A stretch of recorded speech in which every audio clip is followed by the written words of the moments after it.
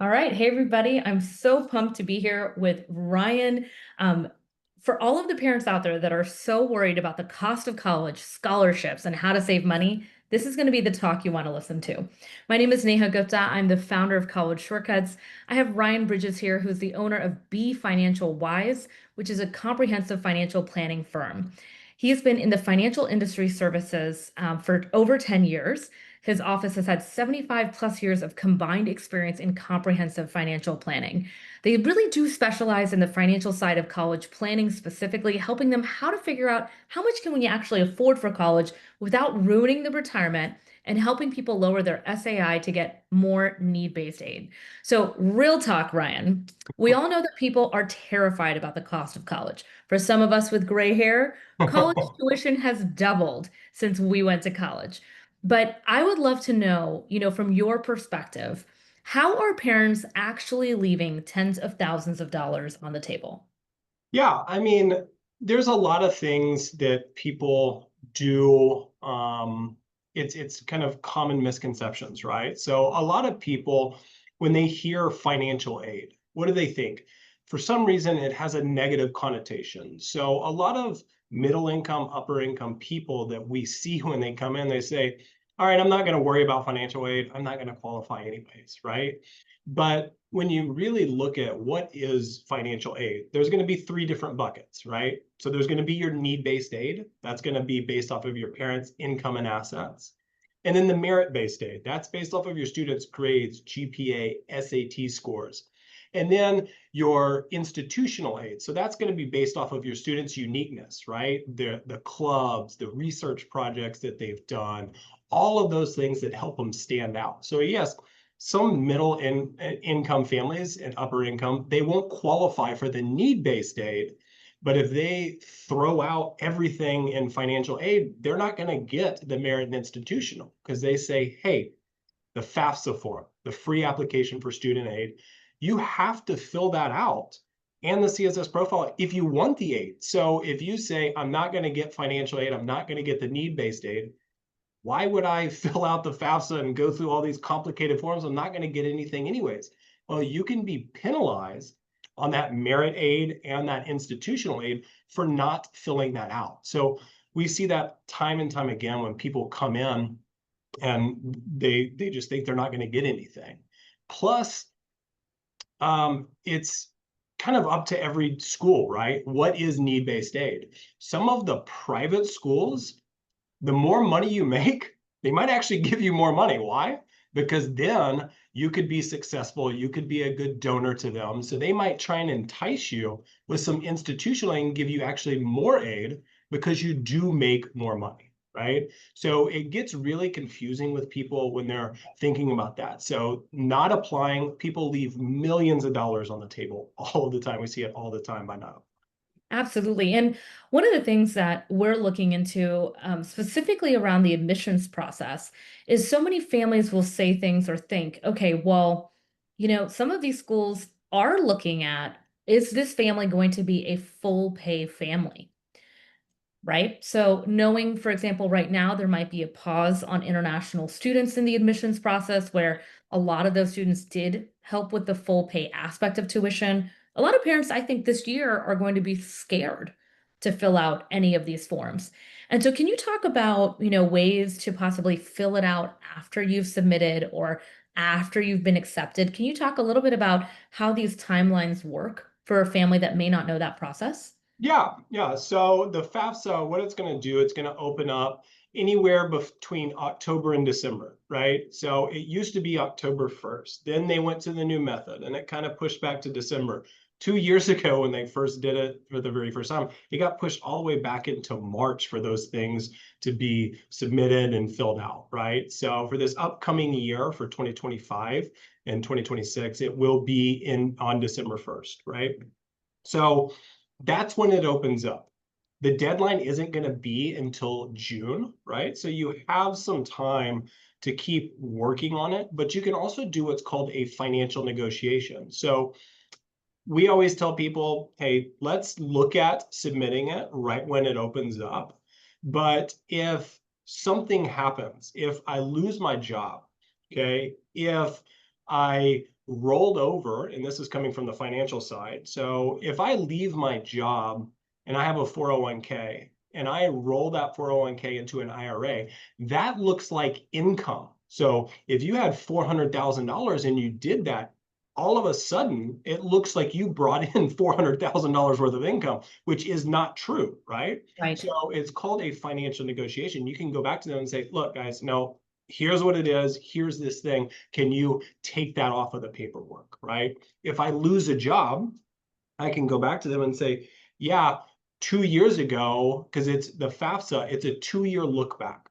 So when your senior is applying for aid freshman year, what it's going to look at is it's going to look at the tax return that you filed the Years spring before. semester of your sophomore year, fall semester of your junior year, And right? this is why planning ahead matters. Yes, exactly. Right. Exactly. So it's going to look back there. So let's assume it's looking at tax returns 2 years prior, but now I've lost my job and they're looking at that. How am I going to afford this? So that's some of those things that we can really help out with on, does this make sense? And it's, look, it's not an auto haggle. You don't go to the college and say, give me more money or I'm not going to come here, right? Because they can pull your financial aid back. But there are, Well, they can also, I mean, if you're not polite, yeah, also exactly. say, you know what, we've got another student, like Yeah, this experience has not been good. yeah, Right. And I exactly. think that's very important because I think a lot of people think, oh, okay, like, yeah, you gave me this number. I'm going to go back and forth and back and forth. Well, there's a way to do that in the Yeah, process. there's smart ways and not so smart ways of doing that. Agreed. Agreed. I remember when I applied to UPenn for my program, obviously I've had over 15 years of experience applying, so I got in within a week. And I remember when they gave me the call and they're like, hey, we loved your application. You're in. We're giving you a $12,000 scholarship. We're also admitting you into Wharton as well. And I just was like, what? What? What? This is crazy. And it was Okay. amazing. You know, as I went through the program, though, I received a lot of merit scholarship. I became a Jacobs Fellow. I got another 15,000. I became a Wharton Innovation Fund winner for applying for things. Again, like you were talking about, how you apply, how you craft your application, how you stand out, these also matter in the admissions process. When I was doing my undergrad, I remember Trinity University gave me $40,000 in scholarships. And back then, pricing was different. And that's a lot of money back then. You know, so I think for a lot of families, I'm curious, you know, from your perspective, as a parent yourself, you know, when you're crafting a college list, I think in our case, we work with a lot of families that put a lot of highly selective and reach schools. So, can you share a little bit about knowing the Ivies or the schools that are top 20? And can you share a little bit about what their structure typically is when it comes to merit-based or financial aid and just kind of give the realistic picture? Because I think a lot of people are watching these news articles that say things like, my kid got a full ride at Columbia and my kid got XYZ. And I've heard within the communities of independent educational consultants, because I've recently been going to a lot of the conferences, that a lot of them are like, some of these are actually parents lying about what Mhm. actually happened for their kid, which to me, I was floored. I can't imagine, like, how do you live with that? How does your child live with that information now being told and they have to now say it? I don't know where the values are there. But from your perspective and your experience and expertise in this field, let's talk a little bit about those top 20s that everyone's vying for. Yeah, yeah. The gaslighting on social media is real. People just straight up lying, but Totally.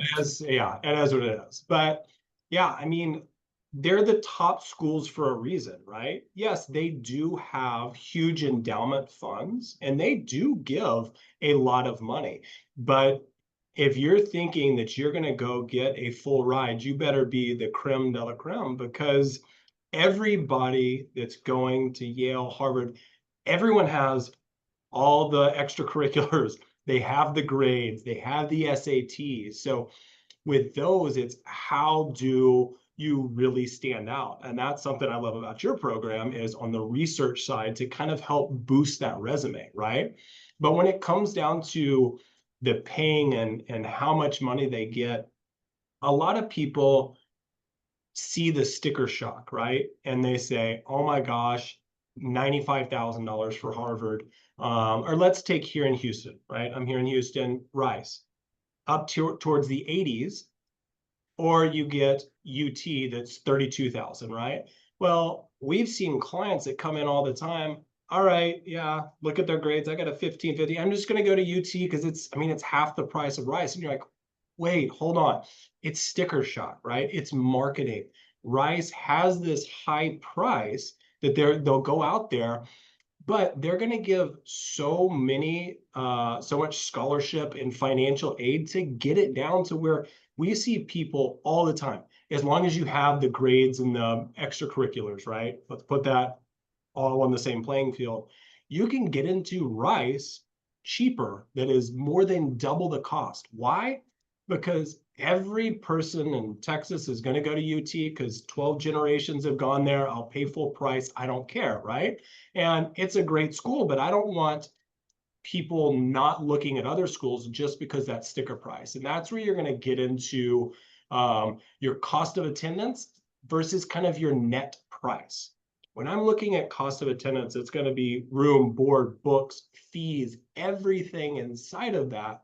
But then what you got to think of is all that scholarship money that's really going to lower it down. So if you're going to look at them side by side, you got to look at net price of UT versus net price of Rice. And that's, we see people just get scared away. Very, very bright, successful kids that get scared away just because of a marketing tactic by these private schools to look more elite, right?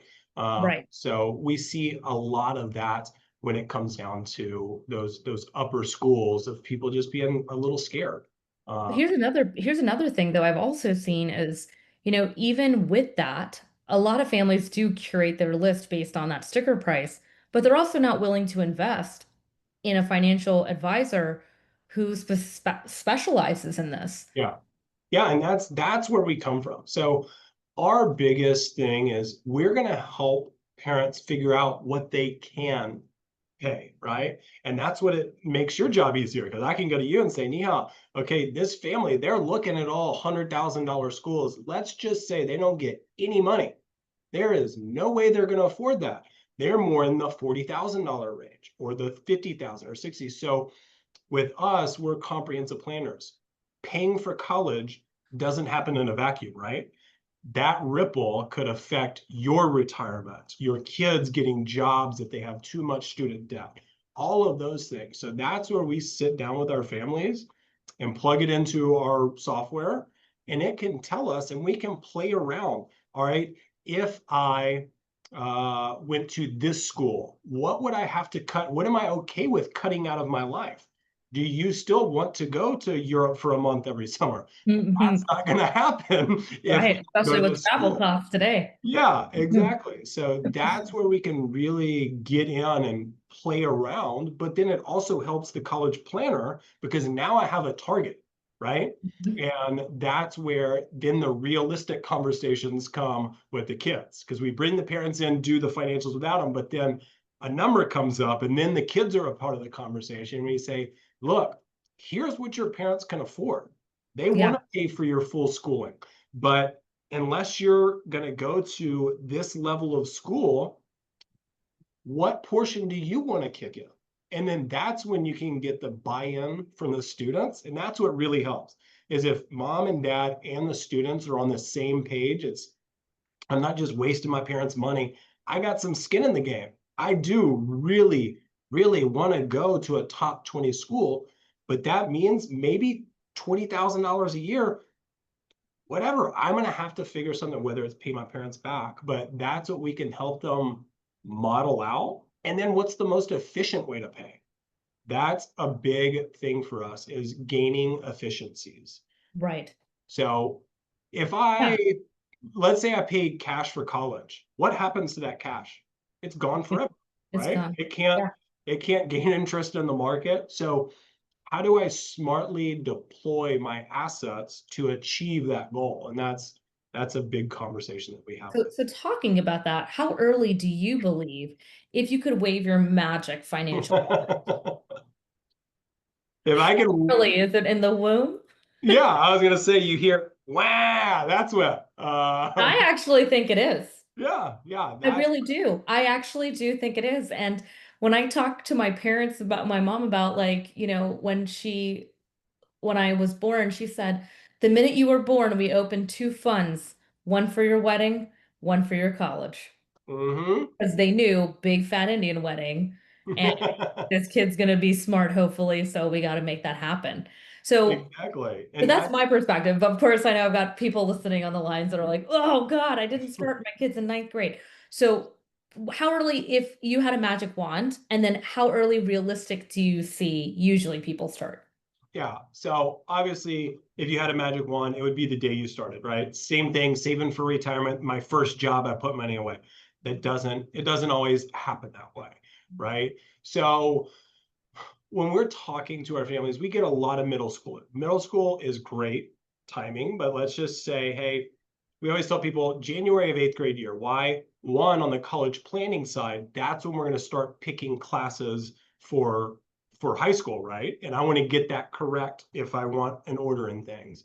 But on the financial side, we help out anybody. People that are already in college, just money awareness, budgeting, financial responsibility. You can learn that at any time. I hate some of our retirement clients. They'll come in, man, I wish I would have done this earlier. Well, I'm not going to do anything now. And I'm like, well, let's forget about the past. You can have a change of what's going forward, right?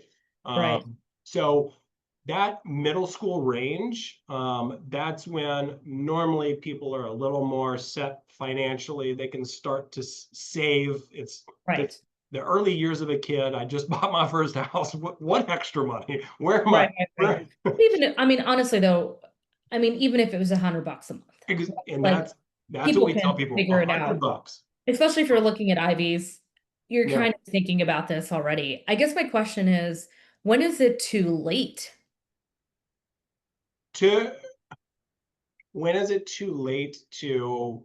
Start planning? Because when you shared about the 2 years prior, then from my perspective, it sounds like basically after spring semester of sophomore year, there's Uh, not a lot you can do to change, but it doesn't yes. mean that you couldn't work with somebody to ensure your forms are filled out the right way. Yeah, absolutely, absolutely. So yeah, I didn't want to discourage anyone because you can't change the past, you can still, but yes. So it's a 2 year look back.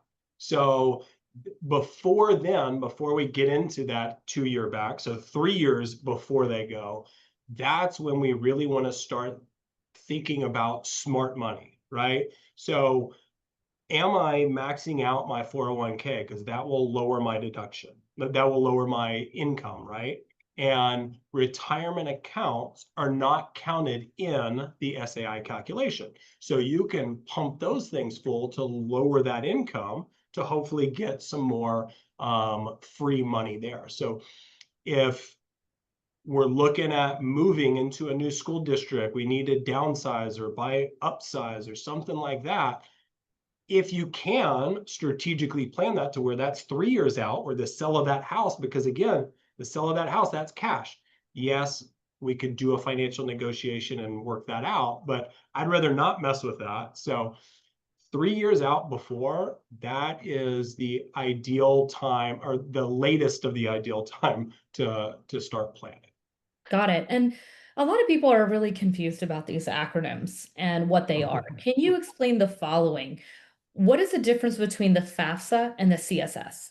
Yeah, so the FAFSA, it stands for Free Application for Student Aid. So that is going to be your public schools that are getting federal aid. Okay, so most schools, private or public and private, will need the FAFSA. Okay, so you're going to fill that out. If you're going to get any federal money, you're going to have to fill out the FAFSA. Okay, the CSS profile, about 200, 250 schools use the CSS profile. So that's the College Scholarship Services. So that is more for your upper echelon, private, middle tier and upper tier private schools that are going to need that CSS profile. So there's some differences between the two. Okay, on the FAFSA, retirement accounts, account balances, the equity in your home, you do not put those on the FAFSA. And that's a huge mistake. People will put the equity in their house on there, and that just, they see that as income, right?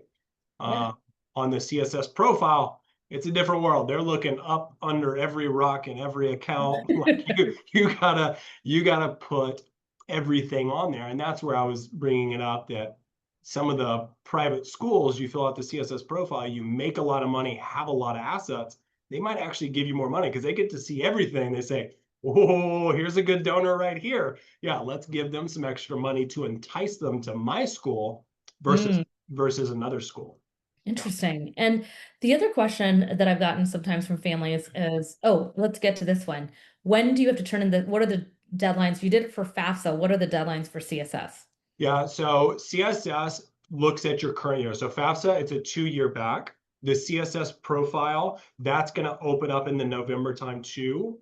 They kind of moved that one around, but that one looks at current year. So Okay. FAFSA, 2-year look back. CSS profile is your current year assets, earnings, all of that.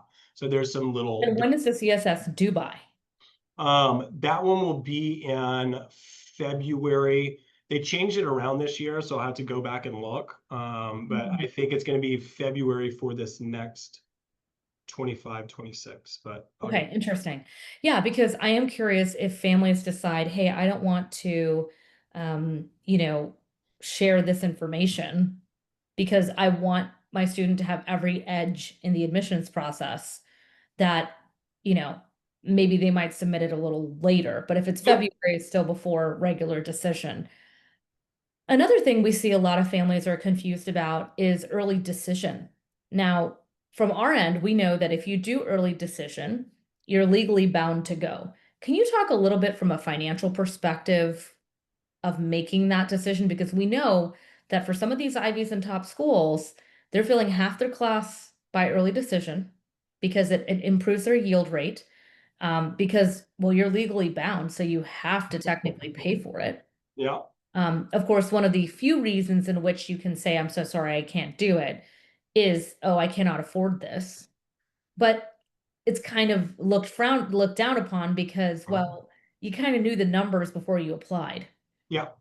So talk a little bit about that specifically and the financial process. Is there, are there families that are negotiating at early decision? So from our aspect, so on the financial side versus your side, I know on your side, it's going to help. They have a better chance of getting in.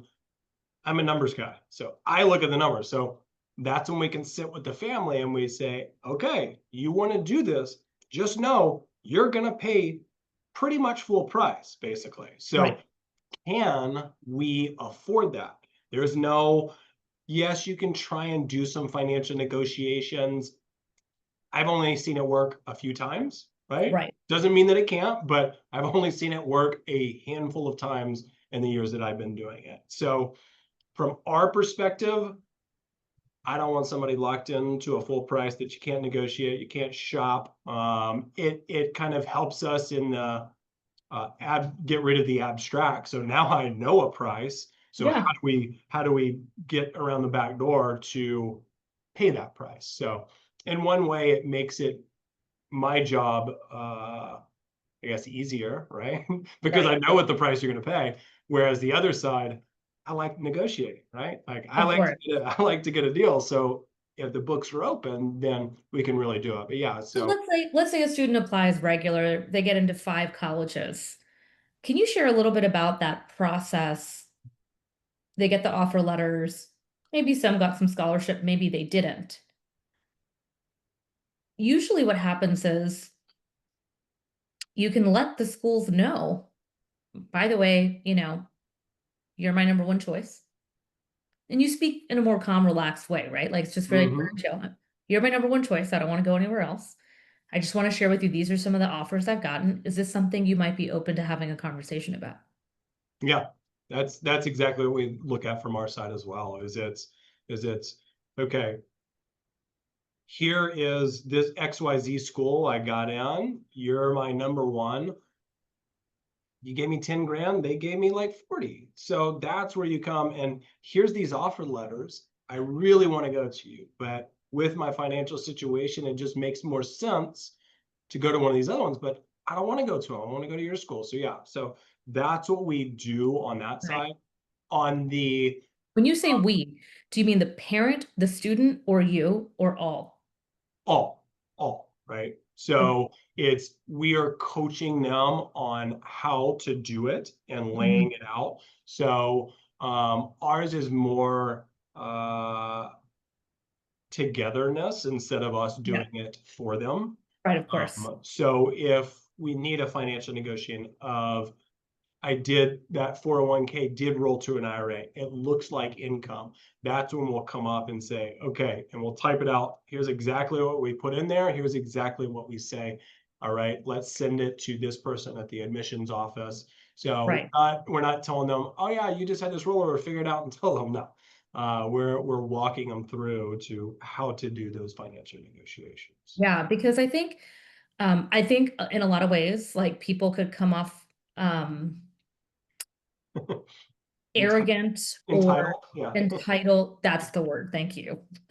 Entitled, like, oh, I got into these five schools. And so, like, while you are my number one choice, you know, right? And so that college could actually be so turned off by that. They can say, you know what, we've rescinded your application. Mhm. We actually don't want you. We'll take this other kid off the wait list who's super excited to be in your spot. Right. So You I got think to it's have some all, humility, right? yeah, because in reality, we all know that at these top schools, if you've got 60,000 applications, they absolutely could have all full pay if they want. Yes, absolutely. There's people that would pay probably more. It's basically like a hot real estate market. I know we're both in Houston, but like for Yeah. example, West U, where people will walk. My uncle builds custom homes in West U, and before he's even done, he doesn't even have a realtor yet. People are coming onto the job site and being like, "Can I look at this?" And then they look and they're like, "Can I offer you full cash right now for this offer right now? I just want this house." So it's the same thing if you think about it for colleges that are at this Mhm, top echelon. And I think mhm. a lot of times families think that when it comes to the financial side of college, like they shouldn't pay for college or that it should be a given in a way. Yeah. Yeah. I mean, and that's hard. And that's where I think it, there's options for that, right, Ryan? Like there's yeah. community college, there's other colleges, there's Mhm. colleges that give full ride. There's a lot of that. But I think that like to expect that at all at a top 40 school, No. pretty unrealistic. Yeah, it is. And then that's where planning really comes in that, look, I'm gonna have to pay some money and a good chunk of money for these schools. 50 grand a year. I mean, that's $200,000. Not a ton of people just have that already set to the side. And usually they'll have multiple kids. Are you gonna pay it? Have you already saved all of this? So that's where the planning really comes in of what's the smartest way to do it. And on the 529 side, the colleges look at that and they go, all right, I know I got at least this much. So they may not give you as much financial aid because they know, oh, well, they can obviously pay this, right? Where some people look at that as I stock that away, but maybe I can give it to my grandkids if we don't use it all. But the schools look at that and they start drooling. They say, that's my Yeah. money. So that's where it's just talk through all the options of pros, cons of everything out there, and let's start planning now. So, Ryan, I'd say most financial advisors, the minute a child is even in a conversation of existence, is, hey, do you want to open a 529? Absolutely, absolutely. So Those are let's bust this myth for a minute because you touched on it. And I think there's a lot, I'll say, because I have a lot of parents that are like, can I pay for college shortcuts through a 529? And I said, I've checked with my financial team, and I don't think so. It's usually at a XYZ institution and this and that. Um, And a lot of people, there's also a subsection of people that say, hey, if we've already made the decision that we're staying in state at an in state school, and it's interesting. I know personally a family. Dad's a surgeon, highly successful wife. They do extremely well financially, and they max out their 529, however much that is. Mhm. Or if you max, I'm sorry, I don't even know. But in general, they do the 529, and they've told all three of their kids very clearly, we're not paying for an Ivy. We're not paying for a top 20. You can do the schools within Florida that work towards this specific plan that we have. Mhm. So would love to hear your thoughts on that. If that's like, okay, that is a strategy and that works. And then two, but let's say kiddo did get into Harvard, how does that hurt? Yeah. So, all right, when a lot of people call them self financial advisors, all they are is investment advisors, right? So a 529, that is assets under management. That investment manager is going to charge you a fee every single year to manage that money. So that's why every person out there, right when they're born, hey, start a 529, start investing with me, and then maybe I'll get some of your work money and this and all that. So we do it all, right? We have assets under management, we do financial planning, college planning, estate planning. I would rather be the Swiss Army knife to you and offer you something and say, hey, this might be something to look into. And you say, no, doesn't fit our portfolio. Then you not know about it at all as an option, right? So that's where we can look at is there are uh, more efficient ways to save money outside of a 529 that it can be used for anything. So a 529, only schooling, right?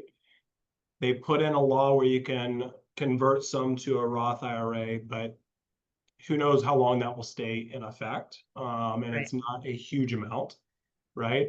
So let's say you have $200,000 in this 529. I got one kid, one, they go to Harvard. Well, Harvard says, all right, there's $200,000, it's mine. Yeah. So then I don't have to give them as much financial aid, right?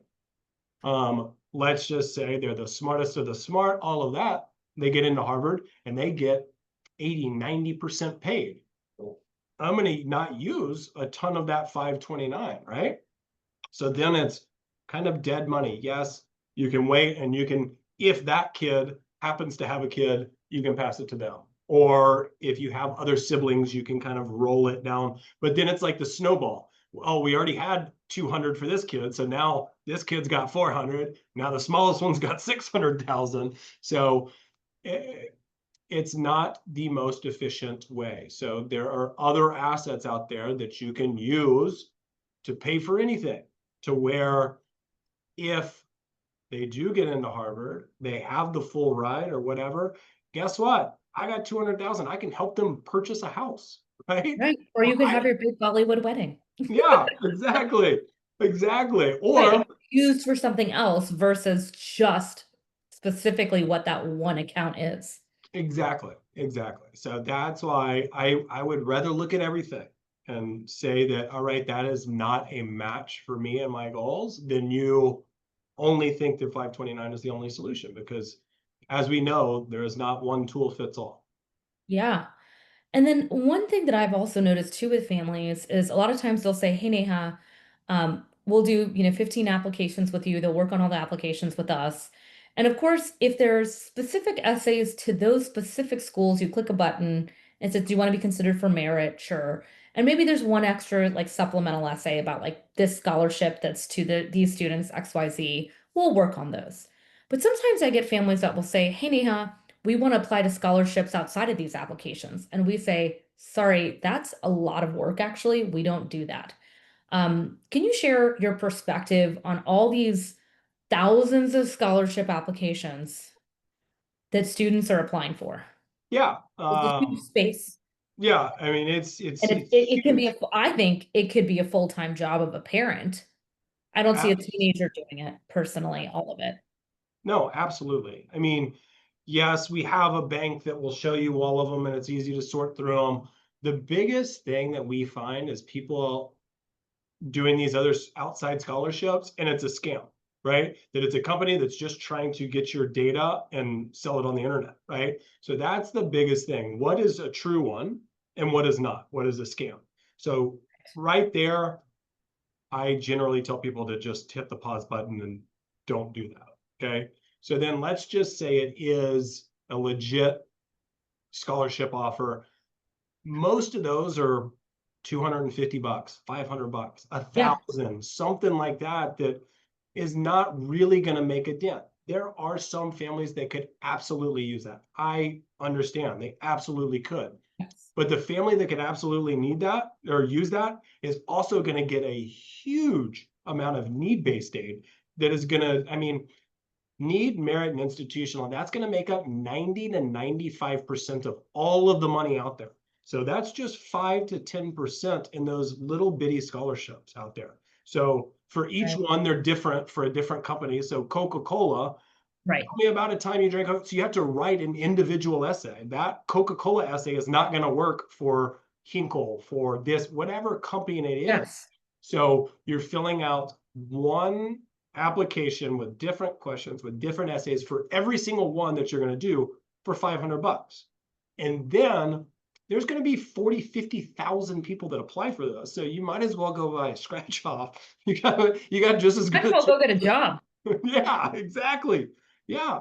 I mean, there are a lot of jobs that'll pay you $20 an hour. Yeah, You could exactly. probably make that money faster. Yeah. I mean, seriously, right? Like Yeah. when you're talking about it from that perspective, it just seems like so much work. And also, I personally feel like even with those scholarships, if they ask questions about joint family income and I mean, all these things, maybe I'm biased, but I think they're going to give it to the kid who actually really needs it, who does a standout essay talking about my mom works two jobs, she works till midnight. You know, Hmm. here's why I've gotten a great GPA and scores. This is, I want to be a doctor one day. I want to come out of the story of my family. I'm like, here, where's my checkbook? Yeah, Right? exactly. Versus the kid, Middle income family, the the family, the kid that's going to private school that lives at a top neighborhood with a great zip code because that's on the application, and the essays about how they build homes in Thailand. yeah. Right. So, and look, I know a lot of my clients are that. I'm not trying to poop on that. I understand that. But I think that when you're spending upwards of 4 hours of your time putting Per together this application. per application times 100, that's a lot. Yeah. Um, and I think it can be a lot. So it feels like really focusing on FAFSA, CSS, the actual application, how you stand out in the process really makes a bigger difference. And what I would like to end with is, Ryan, I think one of the big things that a lot of families that do listen to us think about is, you know what? I'm just too rich. Like, I'm too wealthy. I have no idea how I could even lower, what we need to seem like we need the money, the EFC and those types of things. Do you have maybe one last tip for families that, don't qualify? And I think that Harvard, for example, just announced if families have a certain joint family income or lower, I think it was like 200 to 250,000. 250, yeah. Mhm. Yeah, that they can get full ride. And I think for a lot of families, they're like, oh my God, yes, that'll be me. But the question they're not asking is, how many of those students are you accepting? Right? Mhm. Like it's a great marketing strategy to say, hey, we're really focused on equalizing things and making it easier. But for some of us that have been in this space for longer than 15 years, we know, oh, okay, like, okay, that's nice, but like how many students are you actually taking? There's actually the fine print. Only 10 students. Okay, perfect. Right, right. So for those families that are significantly wealthy that, are unsure if there's ways to do this, what do you recommend? So lowering the SAI, look, if you own your own business, you have a lot of flexibility within the law, right? Of having some deductions and some write-offs to kind of bring that income down. So that's something that we have our accountant that can kind of help talk through some strategies like that to kind of help lower it down. One strategy that we use it every once in a while is, let's just say someone did sell a house, have $200,000 just sitting in a bank account, that goes on the FAFSA, right? So that's going to go into the calculation. So there's something called a MIGA, a multi-year guaranteed annuity, to where you can take that 200,000, and let's say you don't need that money to pay for college, right? You can take that money put it into this, which annuities and life insurance, they are not counted in the SAI calculation. So you move it out of the checking account, you put it into this annuity, then in 4 years it will mature and give you that 200,000 back plus the interest. So you're hiding it for those 4 years, and then you get the money back plus a little interest along the way. Life insurance, it's another one that is hidden from it. So you can put money into that, use that to pay for school. So those are kind of the things. Fill up your 401k. That will lower that taxable income. But if you're talking bukus and bukus of money, that's where the planning comes in. Is I know I'm going to have to pay. Right. What is You didn't become successful by making suboptimal decisions. So that's where we can come in and help you make the optimal decision on, should I sell some of my brokerage accounts? Should I take a loan against my 401k? Should I take a home equity loan? Should I take student loans? Should I pay with it out of my cash flow? Should I use that annuity? Should I lose life insurance? Should I use the 529? That's where our software, we can show you which one is right for your family. And your family is different than that family, that's different from that family. So it's a personalized touch rather than every investment advisor saying a 529 is going to work for you. Well, Right. do you make this much money? Where are you going to go to school? Oh, no, it'll work for you no matter what. Just trust Right. me. So that's where the deep dive and looking at all the scenarios really plays a part. Yeah, and I think I want to speak to kind of the heart of this too. I had a family recently where the dad was emailing back and forth with me, being like, "Hey, this application is asking like how much my income is," and I haven't had this conversation with my child, and so we went back and forth and back and forth through email, and I was like, "Well, I actually don't know how much you make, but like, why are you so uncomfortable?" And he was like, "Well, the UC application doesn't have enough zeros to fill my salary," and I was like, "Okay, okay." And I think the one thing to think about is what conversation, outside of everything else as a parent, can you help to teach your kids? And I think finance is one of the big ones. I remember when I was sitting at Taco Milagro, when now it's another restaurant on Kirby at Westheimer. And I was talking about something with my mom, and I asked a very simple question. I go, "Well, I think we live pretty okay." And she was like, "Okay, okay. Do you know how much you cost?" Like, "No." She goes, "Okay, let me walk this through." And she sat there, she goes, "This is how much the car costs. This is our mortgage every month. This is our bills. Electricity, water, internet was like not really a thing. This is what your private school education is per year for both of you. Yeah. It's what it costs us to go to India each summer when we take that time off from our business that we could be focused on." And by the time we were done and she equaled it out, I looked at her and I was like, "Man, mom, you're like a baller." And she was like, "What's a baller?" Was like, "Mom, a baller is someone who's like really rolling in it." She goes, "We're not rolling in it. We've decided to invest in certain things, but keep in mind, we also run a company.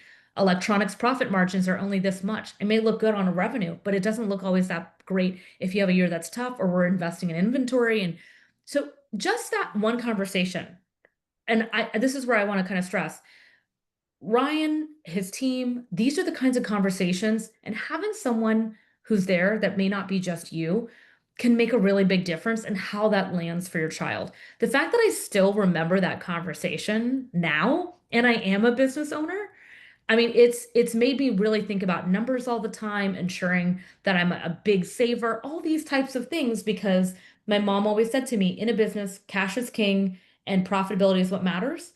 And even if you have a small agency versus a large one, it's all about these numbers. It's not about the revenue. And so having those kinds of pieces of advice, and I know not everyone's a business owner, and I know a lot of people are salaried, but having those conversations with the financial advisor where the student has to be there for those conversations, I think you're teaching your children a priceless life lesson when you invest in a team that can Yeah. help with this. So, Yeah, I mean, that's huge. I mean, we teach yeah, free classes all around here, just basic financial literacy, right? yes. Financial acumen has gone down because there's do-it-yourself apps and all this out there that people think because I have this app, Robinhood app, I'm a stockbroker. No, you're not. Like it just lets you do something you don't really know how to look into it. So that's why we can really help people kind of get back to the basics and coach them through it, talk that decision. Like you said, we're a third party opinion. When parents tell their kids something, it's in one ear, out the other sometimes, but independent third party, sometimes they listen differently. So Agreed. So thank you so much, Ryan, for being here. yeah, It's been such a pleasure speaking with you. And for yeah. everyone listening, I hope you enjoyed and learned a lot about the financial aid side, the merit side, the scholarships, and to really understand where to invest your time and energy. Again, this is Neha from College Shortcuts, and I'm so glad to have everyone listening. Thanks, everyone.